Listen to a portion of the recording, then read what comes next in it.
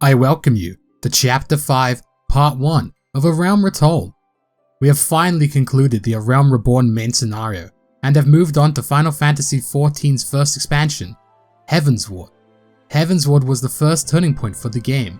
It was no longer tied to the 1.0 version and had wrapped up every plot thread that came from it. A lot of people say that this is their favorite expansion, and we will see why. So to continue from exactly where we left off in A Realm Reborn, the Sultana is dead, poisoned by Teleji Adeleji in an attempt to take over Ul'dah for the Monetaris. The Scions were blamed for her death and were pursued out of Ul'dah. Rawban killed Teleji in a fit of rage, but lost an arm to Ilberd, who was in on the coup. We retreat to Camp Dragonhead with the help of Brent and Cid. The only allies we have left are Alfinawad, Tataru, Ugiri, and Horshfont. The rest sacrificed themselves so the Warrior of Light could go on ahead and continue to be the symbol of hope we were meant to be. We have nowhere to go, nowhere to call home, so we look towards Ishgard. May we find asylum within.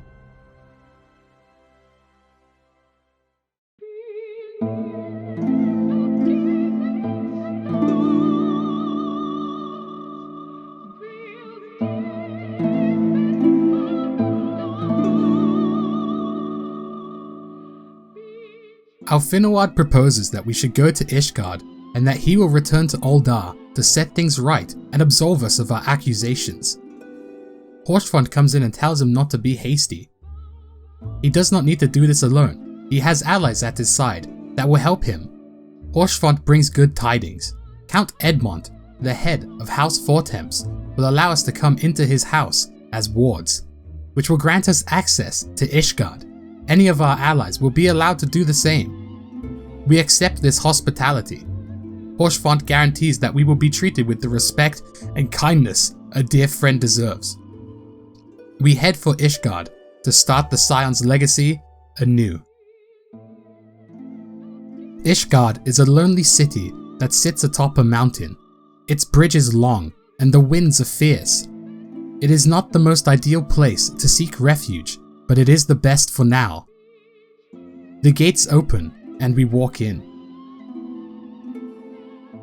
The city is heavily defended with ballistas sitting atop vantage points. However, with the amount of war the city is having, there is a lot of suffering. The people do not know what peace is since the Dravanian War started 1,000 years ago. There are a lot of poor, and the side districts of the city are mostly rubble. We are picked up by one of Count Edmund's manservants and follow him.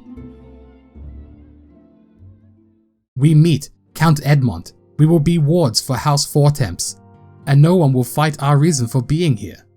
He thanks us for our service to Ishgard. Alfinawad asks if he is concerned about accepting foreign guests. He replies that men in their most troubled times should seek allies. There may be some in the high houses who object, but as long as we keep fighting the good fight, they may not raise their concerns. Alfinawad promises that even though their numbers are slim, we will uphold the Scion's legacy and do what we did before. But before we start, we are asked to tour the city to get to know what Ishgard is. Just before we leave, we are given official documents that identify us as wards of House Fortemps. So even if people try to question our presence, we can present that documentation to show that we are allowed to be here. It is our first time in Ishgard, so we are being given a guide. We are first taken to the Hoplon. He tells us of the vault, which houses Thordan VII, the Archbishop of Ishgard, the current ruler who is served by 12 knights. We are then taken to the jeweled crozier. We are concerned that they may not accept our foreign coin, but we are assured that no matter what kind of coin we bring, as long as we have some, they will give us what we want. We then return back to House Fortemps. Count Edmund asks us for our opinion on Ishgard. Alfinawad states that with every step, you could feel the history of their 1,000-year war. You can see the scars left behind by the wyverns in the foundation. Ishgard are short on able-bodied men. We offer our assistance, as we will do anything to repay back the debt we owe to him. He asks Alfinawad to use his diplomatic skills to identify foreign traders who are trustworthy, so Ishgard can get the supplies it so very desperately needs. As for us, he wants us to use our martial prowess to aid his sons Artoriel and Emanelaine in their tasks. Artoriel objects. He does not need the help of an honored guest. But Emanelaine is excited to see the famous hero work.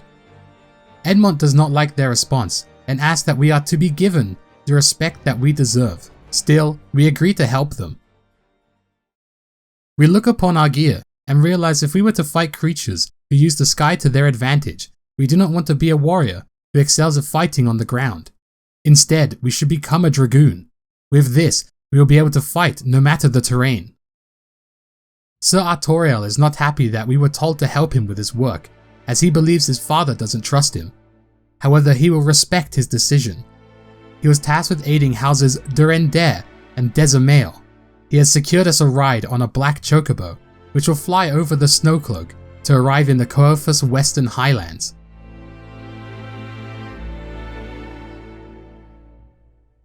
It is a frozen wasteland that was abandoned shortly after the calamity, as Ishgard were forced to quickly withdraw. We are asked by House Durender Knights to help reclaim what was once lost. We were tasked of trailing heretics. We come upon a secret lair hidden below the Gorgonate Mills, and we are reunited with Lady Iceheart.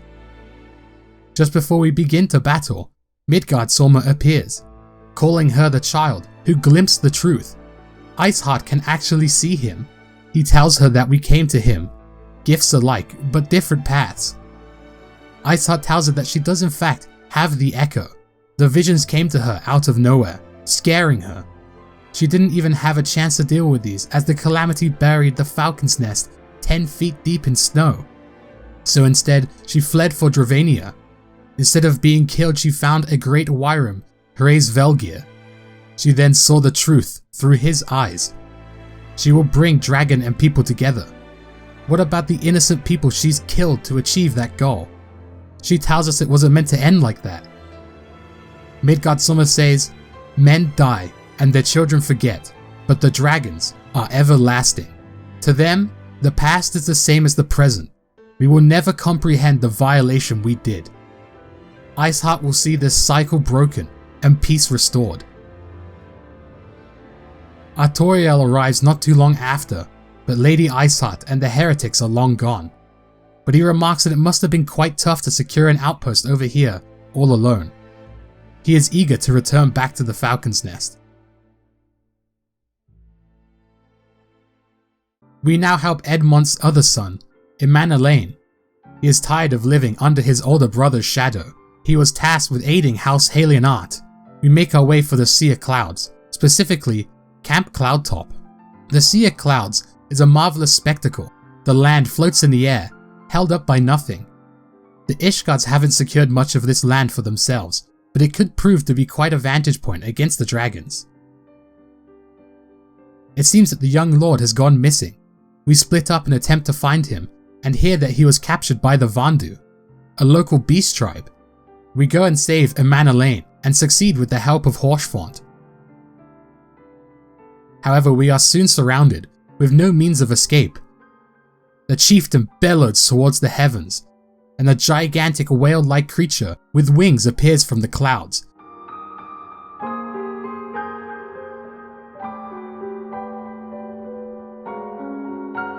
Named Bismarck, Lord of the Mists. To Horshfont's horror, that creature is in fact a primal. We begin retreating further, but there doesn't seem to be anywhere to go. Every which way we turn, we just run into more Vandu. We are against the edge of the land. However, with a stroke of luck, Sid was nearby and gives us a ride on the Enterprise.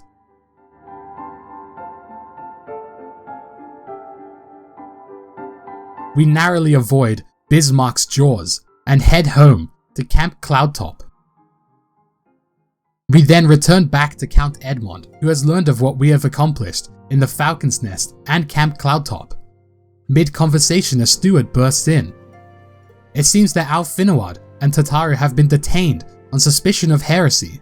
They were brought in for questioning by one of the Heavensward, Sir Grinoax. He is a headstrong brute. That is all. Edmond believes that they were charged just to bring House Fortemps down, as they have recently grown quite powerful with our recent endeavours. We arrive at the court. Sir Grinawak states that he bore witness to Alfinawad and Tartaru conversing with heretics. We are asked to take up arms to refute Sir Grinawak's claim. Alfinawad will claim his right to a trial by combat, but Tartaru cannot fight. However, she has the right to name a champion. We stand in for Tartaru. We have had enough of this farce. Only recently did we have to deal with this in Ul'dah. An arena appears in the center of the room, and we all make our way towards it. It will be Sir Grinawaks and Sir Polacrane versus Alfinawad and the Warrior of Light. Under the gaze of fury, we proved our friend's innocence by defeating the Holy Knights. We discuss the outcome with Count Edmond, but again we are interrupted mid-conversation. But this time, Archbishop Thordran VII has requested our presence. We are brought before the Archbishop and Sir Imeric. He has heard about us. He asked us to come here to offer his apologies. They apologize on behalf of Sir Grinawaks for wrongly accusing Alfinawad and Tartaru. The Archbishop sends everyone away to speak with us in private. He asks us, what do we know of the Ashians? He tells us that he has entertained them before. They are harbingers of chaos and strife. They offer Ishgard power to continue the war against the dragons. Thordran VII seems pretty smart and does not want to be their puppet. However, he does not refuse them outright, as they may do something drastic to Ishgard, which they won't be able to defend against. So instead, he is biding time till they can. He wants us to combine our strength to rid the world of the Ashians. We do agree with this sentiment. The Ashians are a plague on Eorzea, who need to be dealt with. We then return back to House Fortemps. Alfinawad is curious, and we tell him of what we discussed, including the Ashians. We can deal with the threats, but what can we do as so few people? Tartaru tells us that General Rorban is about to be executed for crimes against the Sultan state. We cannot allow one of our stalwart allies to die. He is the only one who can testify as to who was really the assassin that killed Nanamo. We need to rescue him.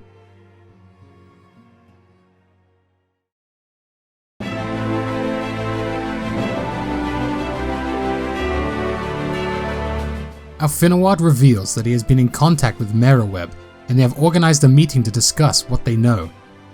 She is happy to see we are well. We thought we would be hunted around every corner, but instead we weren't. She told the Syndicate to not release any information till sufficient information was gathered, as accusing the Savior of the realms with no proof will cause the people to raise up arms. She tells us of the Sultana's abdication, which only Alfinawad didn't know about. The nation would have been plunged into chaos, so Teleji and Lolorito had her assassinated to maintain the status quo. Ul'dah haven't announced Nanamo's passing.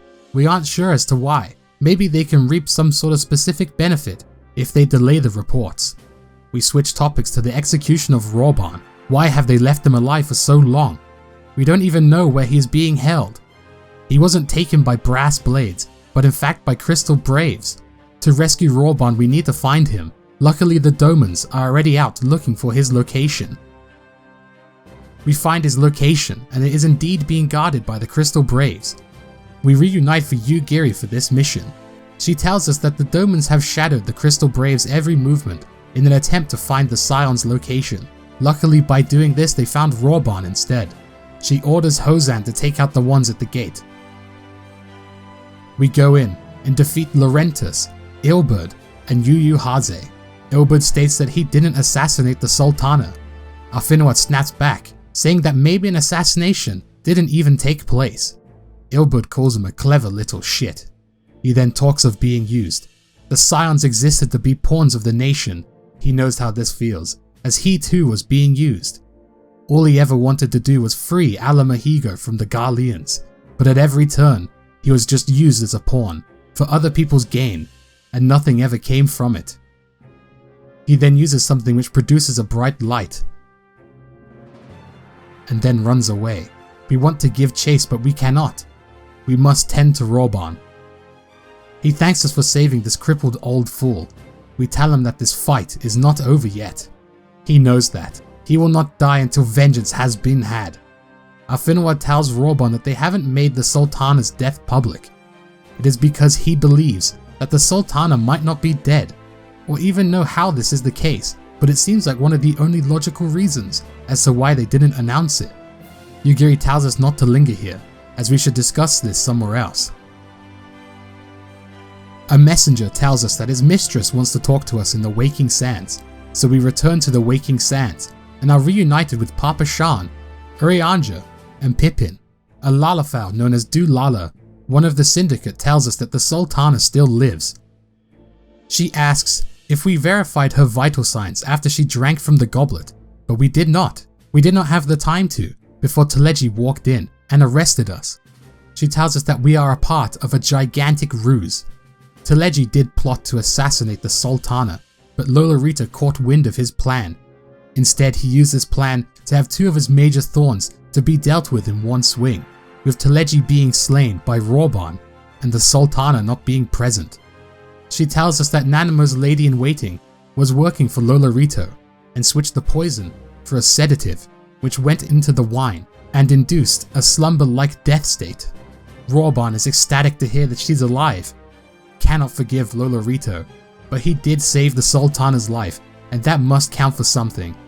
Even though they both dislike the Sultana, Lolorito did not want her dead.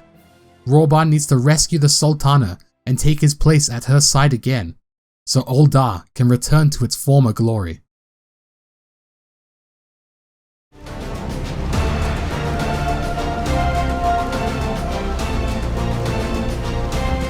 Ishgard cannot survive another dragon attack. Heavensward intends to use Lady Iceheart. She lamented her crimes that she did against the innocents. Maybe we can use Lady Iceheart as an intermediary to converse with Nidhogg and get him to end this war. Estinian wants to come along. He is allowed to come, but as a rule, he is not allowed to draw his spear until negotiations have failed. He also tells us that it may be worth talking to Sir Imeric to get him to hold his troops back in Dravania, as it may make negotiations fall through. We had a meet with Sir Imeric. Heavensward tells him that he may be able to stop the invasion before it happens, but he cannot go into more details. Just don't launch any preemptive attacks until we have put the plan in motion. Imeric will support any plan that means the blood of his people won't be spilled, but he wants to know more. Estinian states that success is not assured, but it may delay Nidhogg's next attack, which is a better option than just sending men to die. Imeric has his doubts, but cannot have any when the Azure Dragoon and the Warrior of Light are setting off on the same mission. We cut to Archbishop Thordran VII, conversing with Sir Zephyrin. The bells warn that the dragons are coming. He wants them to come. No matter their number, the divine blade will slay them all.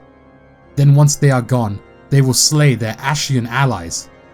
Zephyrin is afraid that the Ashians may see through their ruse, but Thordran VII states that he is sure of nothing but their cause, and that is what makes him a strong ruler. We will defeat the root of evil in this world. They speak of the Warrior of Light and Estinian, but Thordran will leave us alone. Every man has a plan, specifically the Holy Knights. Then we cut back to Zephyrin. He has grown in size. His voice has changed significantly. Aether converges around him. We aren't too sure what just happened, but his appearance changed in its entirety. We set off to the Coerthas Western Highlands and gather a few logs and some hide to light a signal fire. This creates a purple flame which flows into the sky. Lady Iceheart follows the signal and asks us what do we want. We tell her that we wish to speak to her, to stop Dravanian attacks with words. She begins to tell us the story which her echo showed her, one that the Archbishop refuses to let the people know. In the days of old, an Elazan tribe came to claim Coerthas as their home. However, this place was already home to the Dravanians. The Dravanians did not want to part with their lands, so a war began. Both sides suffered tragic amounts of losses, until a woman known as Shiva decided that enough was enough and she tried to parley with the dragons. She found intelligence and reasoning within a dragon known as Hraesvelgr. In finding reasoning, she found love. Their love flowed, but the life of a human is fleeting when compared to a dragon, which is near immortal. Before she was claimed by death, Shiva asked Hraesvelgr to eat her so that their spirits may be intertwined forever. After this act, Hraesvelgr gave in to her plea and allowed the two factions to live in peace. They could not raise claw nor sword to each other in respect of what Shiva did. Man and dragon began to live in harmony, building a nation unlike any. It lasted 200 years. That was until a traitorous band of knights deceived their allies and took something which they coveted. Nidhogg lost an eye to Elazan treachery. He now attacks the lands which the Elazan's traitorous progeny resides in until he reclaims the eye that was stolen. Estinian steps in to say that she is wrong about one thing. Nidhogg does intend to reclaim his eye. That is why he brings it with him everywhere he goes, in an attempt to lure Nidhogg away from the city. Until recently, he does not follow him anymore. Instead, he has fixated his fury to Ishgard, knowing full well that no eye resides there. Estinian believes that maybe Nidhogg is just so consumed with rage that he has forgotten the real reason he was attacking Ishgard, and won't be satisfied till there is a sea of blood. Alfinawad asks that maybe instead we should communicate with Hraesvelgr if Nidhogg has lost all reason. Iceheart agrees and tells us that we should make haste for Dravania. Suddenly we have a vision. We arrive in our vision world. The crystal of ice begins to regain its color and vigor. Then we return.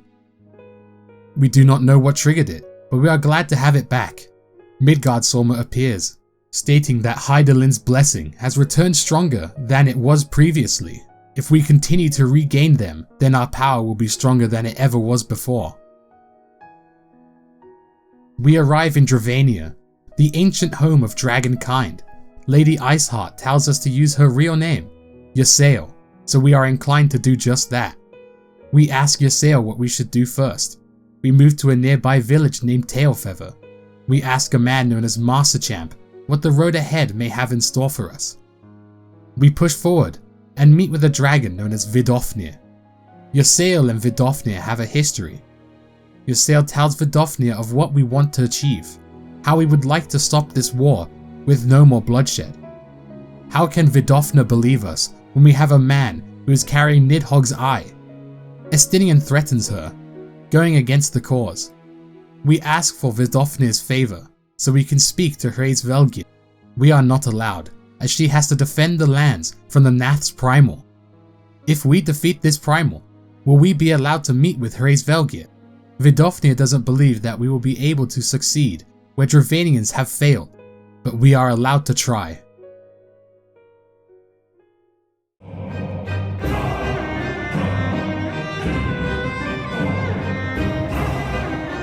We arrive deep in the Nath home and allow ourselves to be taken captive. We want to see their god. We arrive even deeper in their territory. The Nath priest begins to summon Ravana.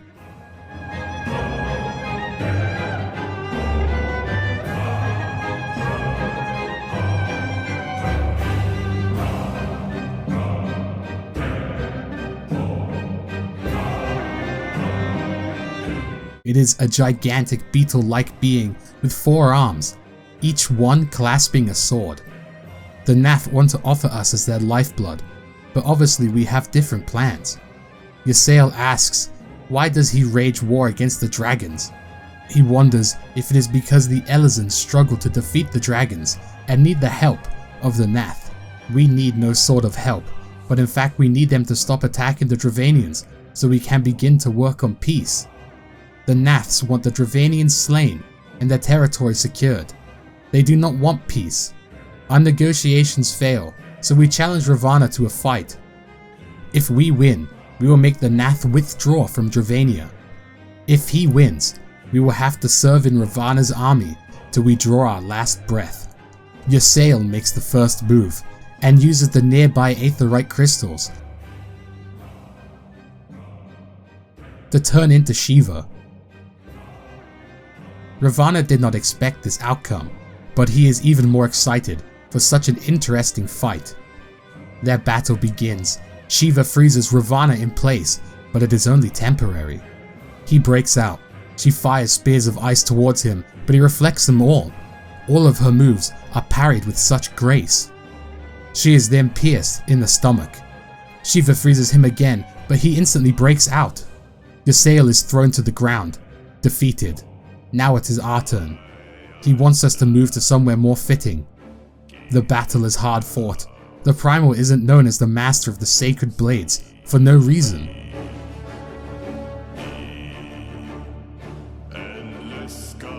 But in the end we defeat Ravana.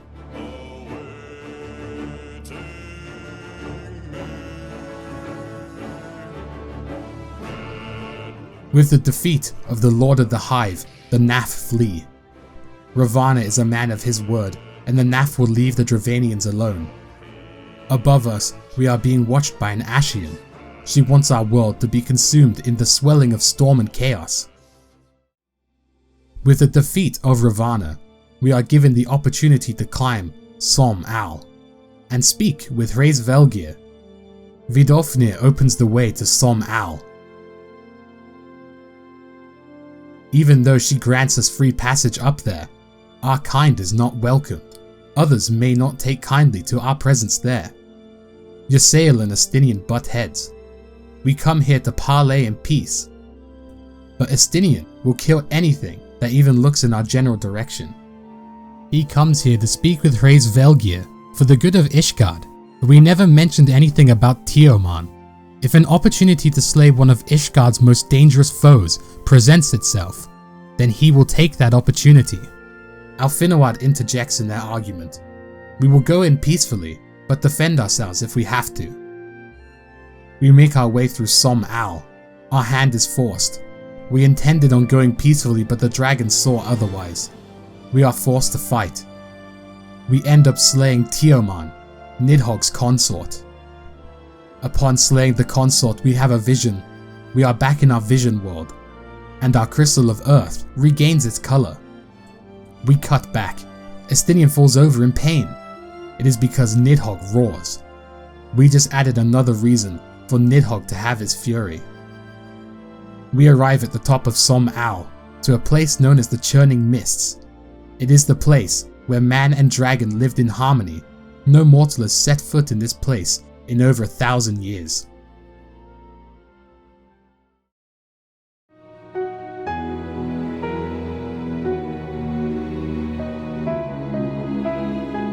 We report to Khan A. Senna as we want to befriend the Mughals of the Churning Mist. Our friend Kuplokop was on his way to give Khan A. Senna fruit, but overheard our conversation. He is really interested in seeing the Mughals from the sky. We remark that the tale of good King Mogomog, the 12th, spoke about Mughals within the sky. Maybe the Mughals originated from the Churning Mists. Kuplokop decides to venture with us in the Churning Mists, as the Mughals may be fine talking to another Mughal. Even Khan Senna wants to come along, to the surprise of everyone. The amount of times we go out of our way to help the nations, it's time that the nations go out of their way to help us. We arrive in the Mughal home. We need to prove to them that we come peacefully, so we perform a song and dance for the Mughals. They like what they see and decide to come out of hiding. We meet with their chieftain, Moglin. He is surprised to see a Mughal from the ground below us, as their hide and wings are a different color when compared to their own. We speak of ending the war. Moglin agrees that ending the war is a good thing. He trusts Khan A. Senna, as her light is radiant, but it cannot happen when our men smell of dragon's blood. The skies are the homes to the dragons. There are very few dragons who seek peace like Hraesvelgr. Others will want to ravage humans for what they did. Our smell may attract more dangerous enemies into Mughal home. Moglin doesn't trust us, but he will let us earn his trust by completing trials set out by him. But in the meantime, we can use Mog home as our own home. After witnessing all of our deeds, Moglin deems us trustworthy. He already trusted us, he just wanted us to do his chores for him, whilst he found, cleaned, and polished the horn. We are given the horn. If you blow this horn on a place known as Zenith, it should bring Hraesvelgr to you. With this, we will finally have our chance to plead our case to him. We thank Moglin for his hospitality and leave to finally do what we came here to do. The weather is sour, so we decide to make camp and wait for the weather to pass. We all sit around the campfire. What a strange band of companions we are.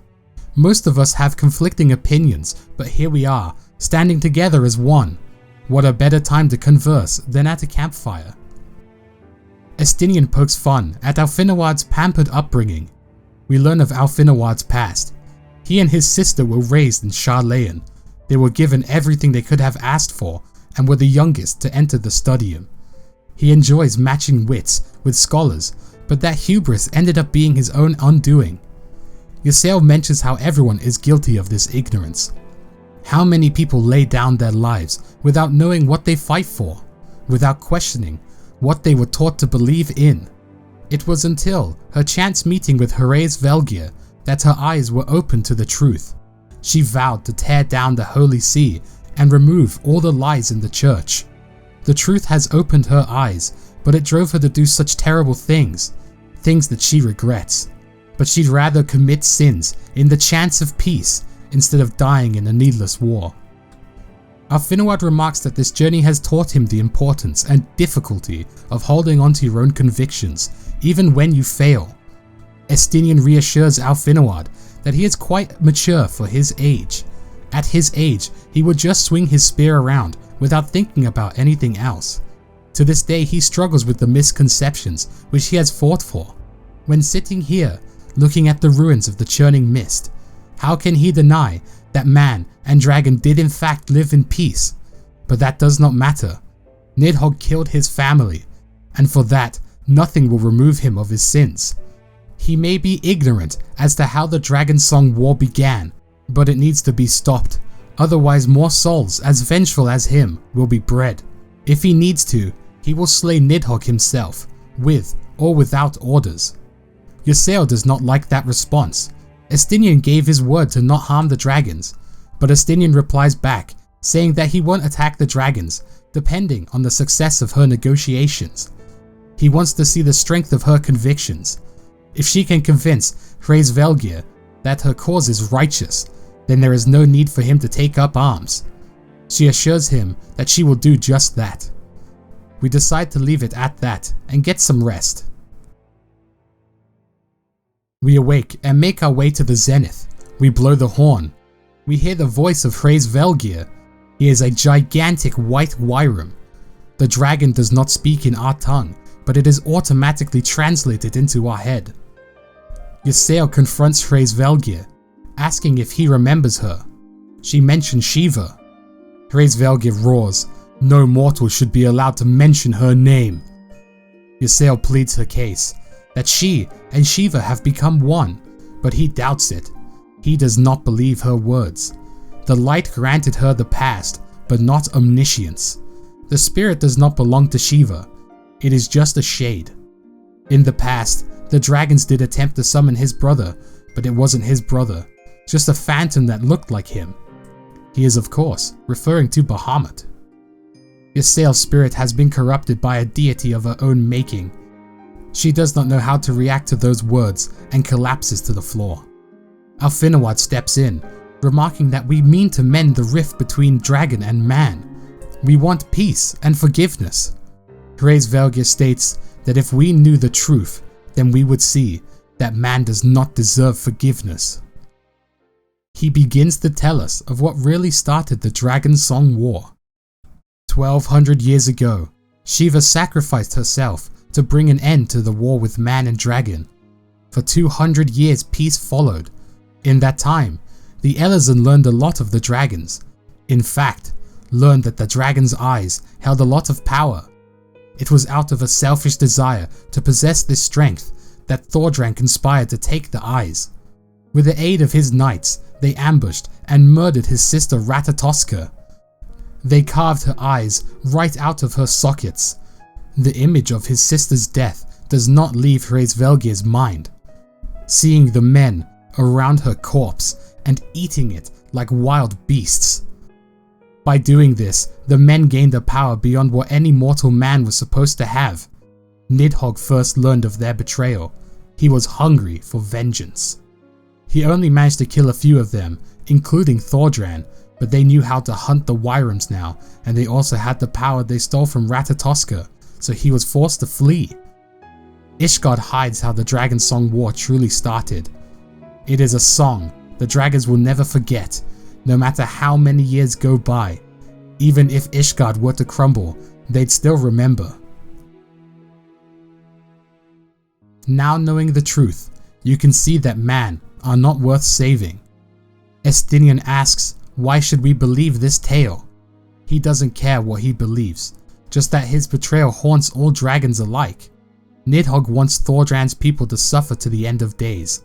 Have you not noticed that there are those who tire of the endless assaults and join the Dravanians, the so-called heretics of Ishgard? The thing is that the progeny of Thordran and his knights bear a trace of Ratatoska's essence at all times. If you were to drink the blood of a dragon, it would reawaken, proving that they are in fact descendants of the original 12. The ones who defect from Ishgard are rewarded with a drink of Nidhogg's blood, turning into a dragon and joining his ranks.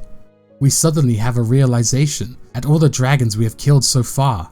There's a chance that a lot of them were actually just people of Ishgard who tire of the fight and went to join the winning side. There will be those who fight to the bitter end, like Estinian, but eventually his vigor will be spent and Nidhogg will live forever. Estinian has always wondered why Nidhogg never just went out of his way to destroy Ishgard, but now he knows. This is not a war to him. It is a never-ending song of vengeance for his sister Ratatoska. Ysael wants to return Nidhogg's eye and apologize for what they did. Hraesvelgr calls Ysael stubborn. She still thinks like a mortal does. For dragons, time flows differently compared to mortals. For a Wyrm like Nidhogg, that history is still present, as fresh as the blood that gushed from Ratatoska that day. Hraesvelgr would be consumed with rage too, but eating Shiva and intertwining their souls has calmed him down. Hraesvelgr doesn't want to talk about this anymore and leaves. Our efforts at peace are in shambles. It seems that the only way to bring about peace is to kill Nidhogg. Estinian will pierce his evil heart and put an end to this song. Alfinawad is confused. How will we even be able to beat a great Wyrm with such a small number? Estinian reveals Nidhogg's eye and states that it will provide us with an advantage, and with 2 Azure Dragoons, we will be able to defeat Nidhogg. Alfinawad laments that the cycle of bloodshed continues with more bloodshed. Estinian agrees that it will. His armor will be stained crimson by the end of this. Ysael's faith is shot. We don't want to leave her behind, but our words won't reach her as she is. We decide to continue east to the Eyrie, which is meant to be where Nidhogg resides. We make our way to the Eyrie. Estinian assures us that this is the place, but it is surrounded by dangerous winds. Luckily for us, we found a way to penetrate through winds like these back when we had to face Garuda. We contact Sid and see if he will help us. We return back to Ishgard to speak with Sid about our little issue. Biggs and Wedge have created a vessel known as the Mana Cutter. It adapts the principles of corrupted crystal technology, which converts the aether in its surrounding into the elemental wind. However, to even get this thing to fly, you need to be in an area surrounded with wind aether, which sounds perfect for what we need it to do. Mid-conversation, Tataru comes running in. Word has come from Ul'dah about the Sultana. Sid tells us to go deal with this. In the meantime, they will work on the Mana Cutter.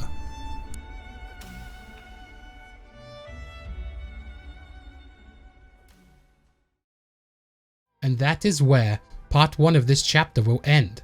To recap what we did, we found refuge in House Fortemps and helped Count Edmund's sons, Artoriel and Amana Lane. The Vandu have summoned a primal known as Bismarck.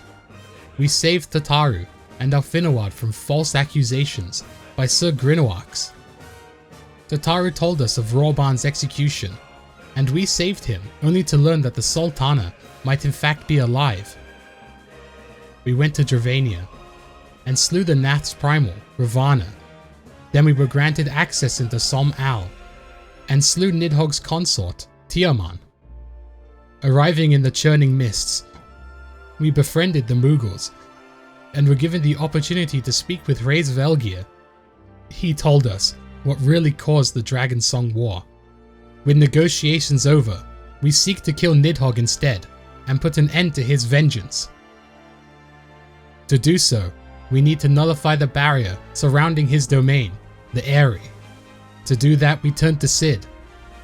Tataru tells us that word has come in from Ul'dah about the Sultana, and that is our next step in this journey. I thank you for watching this video. If you have made it this far, just know that you are acknowledged and appreciated.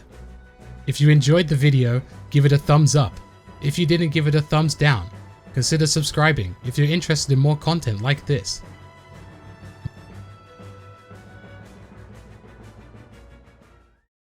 May you ever walk in the light of the crystal.